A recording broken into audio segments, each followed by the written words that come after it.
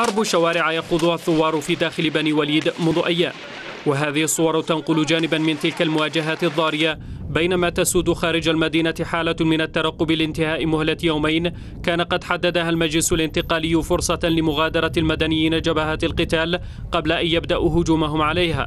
لا والله في ضرب عدة مرات كان يحدث ضرب عشوائي، وفي عدة اشتباكات حصلت اليومين الماضيات في الشوارع. المعطيات الحالية في بني وليد تؤكد أن ربع سكان المدينة قد تركوا ديارهم هربا من وضع إنساني مترد ونذور تصعيد في القتال من الثوار ضد كتائب القذافي.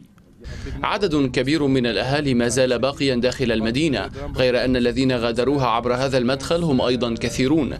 لدينا على الجانب الآخر مدخلان للمغادرة، أحدهما في الجنوب والآخر شمالا، وهناك العديد من الناس يستخدمون تلك المعابر. استمرار الوضع على ما هو عليه في بني وليد يؤكد أن تحرير المدينة من الكتائب ليس بالأمر الهين، حيث أقر قادة الثوار بوجود مقاومة شرسة من قبل الموالين للقذافي.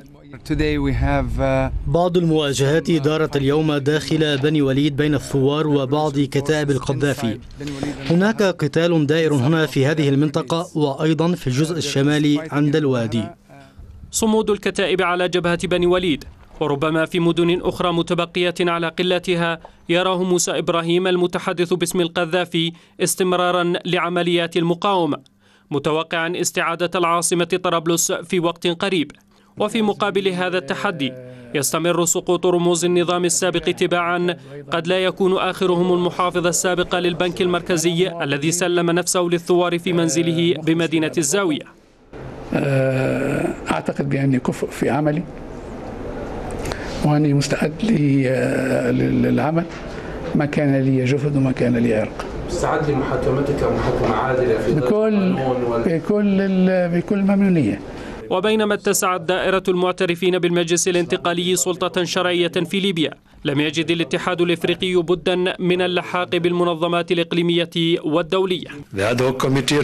اللجنة الخاصة بليبيا تجدد التأكيد على استعدادها للعمل مع الأمم المتحدة والجامعة العربية ومنظمة التعاون الإسلامي والاتحاد الأوروبي والناتو لضمان تنسيق الدعم للشعب الليبي. الاتحاد الإفريقي أعرب أيضا عن ارتياحه لضمانات قدمها المجلس الانتقالي، كان من بينها مسألة تتعلق بحماية المهاجرين الأجانب.